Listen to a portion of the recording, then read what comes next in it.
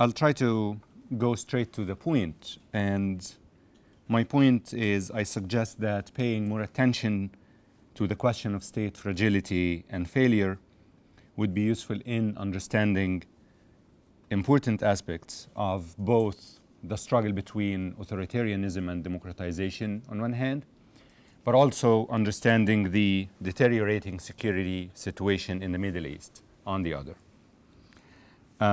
And simply put, as Jonas pointed out, state failure means one or more of four things, according to the most basic and classic definitions, especially adopted by the Fund for Peace, which publishes this state failure / state fragility index every year. And those four things are loss of control over territory, that's one; erosion of legitimacy for governance institutions, second; inability to provide public services; and inability to act as a full member of the international community. Now, these are clearly scales. These are not binary distinctions, which means there is ample room for disagreement on where would a state fit, if it's in fragile or already failing or failed and so on. But they're useful indicators. And regardless of how you define it, if you look at the fragility state fragility index of 2016, you will find that all Arab states, with the exception of Kuwait, Qatar, the Emirates, and Oman, all the others are in either the yellow, the warning, or the orange-red zones. So all of them are already in the fragile going to failed states categories. They have, it's a complicated index. They have 12 indicators. I'm not entirely sure about how reliable this is. If if the conclusion is that Saudi Arabia and India are in the same category, I have doubts. But again, it is a useful indicator. Now, Arab states have always been weak states or fragile, in the sense that they never managed to carry out these tasks, these four tasks, adequately. They never managed to build strong and effective and legitimate institutions that can carry out these tasks. In particular, Arab states, with varying degrees, and the variations are important, were incapable of managing political and social conflicts through the political and social institutions that they have, including the informal ones. Although, once again, the informal institutions prove to be, in most of the cases, better for performing than the formal ones. See, for example, Jordan and Moroccan successes compared to the others. Now, the weakness of Arab states, again, which is, goes back to the inception of Arab states itself, have been shielded by a combination of Cold War politics, natural resources boom in some cases, and in all the cases, a rallying cause, the famous question of Palestine. But then the Cold War came to an end. Natural resources, the boom is under pressure, mounting pressures, and the Middle East peace process managed to discredit Arab states as public mobilizers for Palestine. And more significantly, the social and cultural change accelerated significantly since 1990. TV satellites, internet, all of the new communication media broadened the socialization process of the new generations and broke the national monopoly on forming social and political attitudes. So those who filled the Arab squares in 2011 were born somewhere between 1990 and 1980 at the earliest, which means that the youngest among them were 8 years old when they probably saw or heard that US President Bill Clinton was getting impeached for lying about getting a blowjob in his office. Now, this might seem like a trivial example. But in a conservative society, politically and socially, conservative societies, opening the socialization process to issues like this meant that taboos were being discussed. Taboos were no longer taboos. They were being discussed and tackled. And other examples of governance have been communicated directly to the people. So you could see competitive elections almost everywhere in the world, except in their countries. This generation could see population under actually military occupation organizing competitive elections, and they're not. So the norms and values, which are the basis for behavior, for rules and for political behavior, for political attitude and social attitudes, were changing, and changing in a way that is inconsistent with the practices of Arab states and their institutions. At the same time, state fragility or weakness deteriorated into outright failure in many cases: Sudan, Syria, Lebanon, Iraq, Libya, and Yemen, at least. Somalia, of course, was ahead of the curve with outright collapse since 1980s. However, the Arab states managed to drag the fragility and failure, the length you pointed to, for many more years without actually collapsing.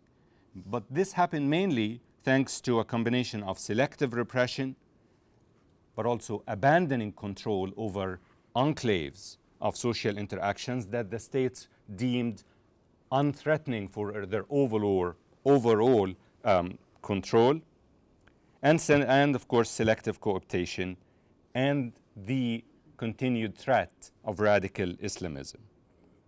But even these controls were becoming fragile. And the conflicts simmered and accumulated outside the institutional framework, and resentment piled up, grievances grew, until a tipping point was reached in Tunisia, Egypt, Libya, Yemen, Bahrain, Jordan, Syria, and even Saudi Arabia in 2011. So now the famous Arab Spring was in full swing. Now, whether people went to the streets because they wanted employment, or wanted bigger share of revenue and wealth, or wanted political freedoms and accountable governments, or went to the streets because of identity-related demands, ultimately, the millions of Arabs who took to the streets emphasized with these and those who empathized with them, who didn't go to the streets, they have one common denominator, which is they all wanted a functioning state. The claim, the demand that everyone seemed to share is, this is not working, whatever this is, it's not working, we deserve better, we want a functioning and effective governance and a state.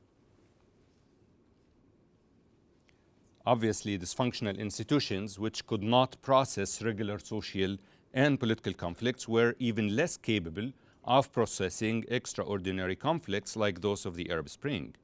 Certain states collapsed altogether, Syria and Yemen. Other states almost collapsed, Libya. Some witnessed military interventions, Egypt. Others managed to float without really addressing any of the challenges it's facing, Tunisia.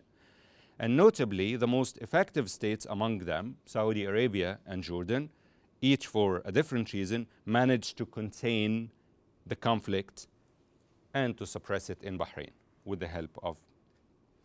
Now, the states which collapsed, such as Syria and Yemen, are gone and will be gone and will be a security challenge for a long time to come.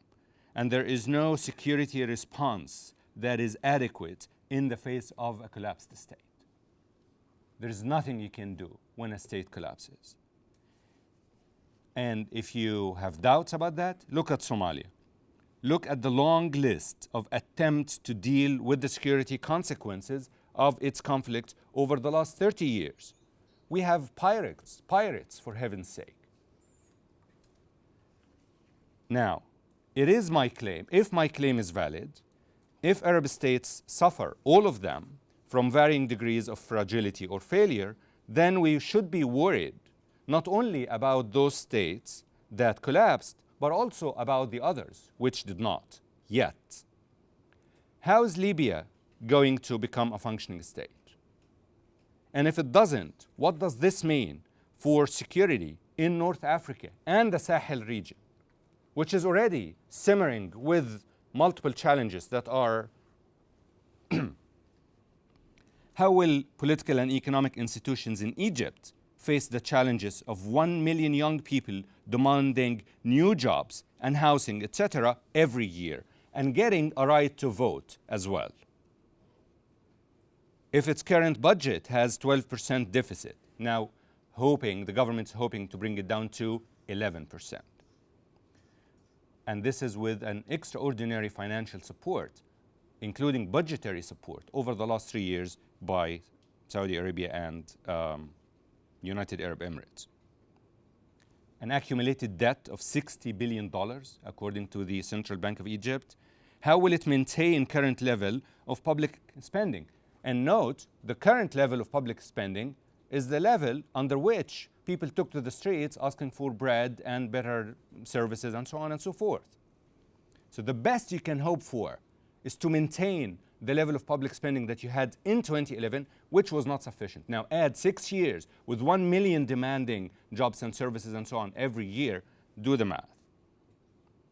And I'm not, that is without referring to the segments of society that are disconnected from governance and state institutions because they are either extremely upset or depressed because of the failure of Arab Spring. Now, the same applies to the other countries that survived. But even the stable countries like Saudi Arabia face similar questions about its future. Now, we have a lot of literature on state failure. And we have a lot of literature on state building. Most of it tell us that state building doesn't actually work, that it's rare that the state building process achieve its goals.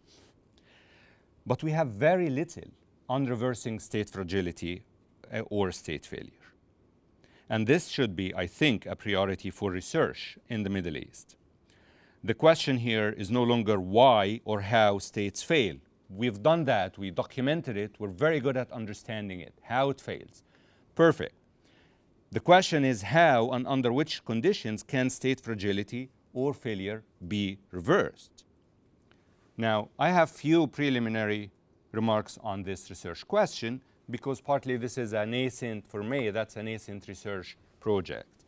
And I appreciate, obviously, this is why I'm here, I appreciate your comments and guidance and questions on it. Now, the 2011 World Bank report on development, it's called Conflict, Security, and Development, deals with the question of state fragility in depth. It claims that it is possible to reverse state fragility within a generation.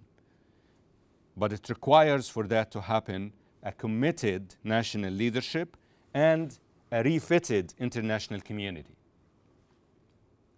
So the first question, the first problem is recognition by national leadership. Now, national leaders in failed or fragile states often do not recognize that their states need deep reform, if not full reformatting of the state in order to survive.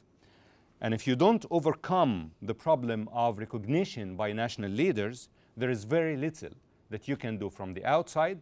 Look at, from George Bush 2005 democratization, but also the Barcelona process by the EU, which tried to overcome reluctance, okay?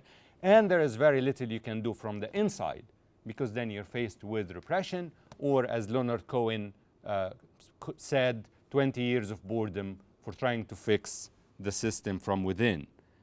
So, first problem is recognition. Second problem is, even when you have recognition by national leaders, usually this recognition doesn't translate in a reform program. It doesn't because state institutions which are supposed to carry out the reform are overwhelmed by the challenges they're facing on day-to-day, and they have no energy or resources left to deal with deep reform. Second, repression and corruption. And repression and corruption, they become a modus operandi of state institutions. They're not deviations. They are a replacement for functioning SOPs and for functioning rules for institutions. But then repression and corruption create their own or consolidate their own constituencies. And then they become special interests that resist reform. 3, obviously, lack of resources, both in terms of funding, and that's the usual one, but more importantly, the lack of capable cadres who can lead state reform. Most of those countries think or live under the impression that there are experienced people, and it's just a political will question. So if you decide we will do reform, you'll bring all those experts and they will do reform. And guess what? You don't. If you have an educational system that is failing over 30 or more years, how come you will have an experienced expert who can do reform? Where would they come from? Think those who worked in Iraq or those who worked in Libya on transitional justice. Where would you get judges? If you want to reform transitional justice, where are you going to get qualified judges who are not part of, and even who are part of the old, but who are qualified judges? And then, ultimately, there is a narrow mindset. And the narrow mindset is a result of the failure, of an accumulated failure. But, but then you have, even when national leaders understand that they need reform, and sometimes they say it publicly, but then their definition of reform is so narrow, then even if you bring them the best laid out plans for reform, they, and with unchecked power, they will ultimately derail those processes and turn them into something smaller, something partial, something that actually doesn't address the problem.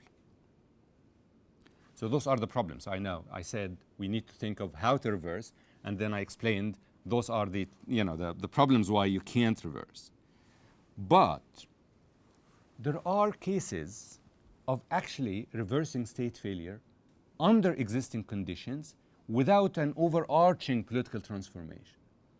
And I can't speak for other countries. I know cases in Egypt, but those are cases that are very limited. They are specific sectors that were on the brink of failure or actually failing, and those are important sectors. For example, the the real estate registration department, or civil affairs department, where it was almost impossible for citizens to get a birth certificate. It's a lengthy and complicated process and very frustrating.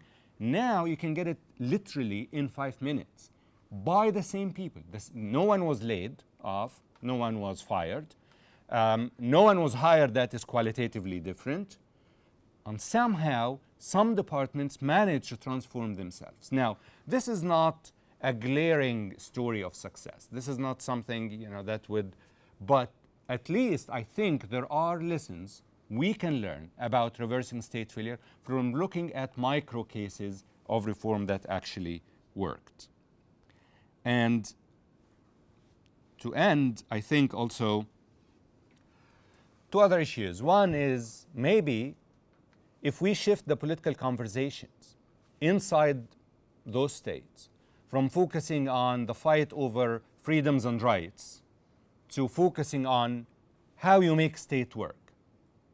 So even if you went to the streets because you went to the streets for whatever reason, including that you wanted a functioning state. Functioning state includes a functioning where governance is, where you have a rule of law. But then, how would you bring about rule of law? That's part of reversing the failure. How would you turn the security sector or the law and order enforcement sector into a functioning, effective rule of law? How would you actually do this? And this is a different conversation from the political, symbolic conversations about I want my rights, and the other side says, well, no. And then you go to protest and so on and so forth. And I'm saying shifting the conversation is important because in some moments during Arab Spring, actually those who called for freedom had an opportunity to shape governance, but then they were incapable of transforming the state institution that they briefly were in charge of. So the problem is not just a problem of authoritarianism. It's authoritarianism reflects something deeper that we need to think of how to reverse it rather than demanding its reversal. I know Hanan would object to that. And the last question is the obvious one about the international community and whether we can look at donors' conditionality in a different way, where conditionality is transformed into an element of reversing, an element in a broader strategy to reverse state failure. That's a longer conversation. But ultimately, I think we need to bring researchers from development, and especially institutional development, together with researchers from security and from those who work on authoritarianism and democratization, and have, if this is interdisciplinary approach to state fragility and failure, maybe out of this we can find a way to address reversing state failure itself. Thank you very much.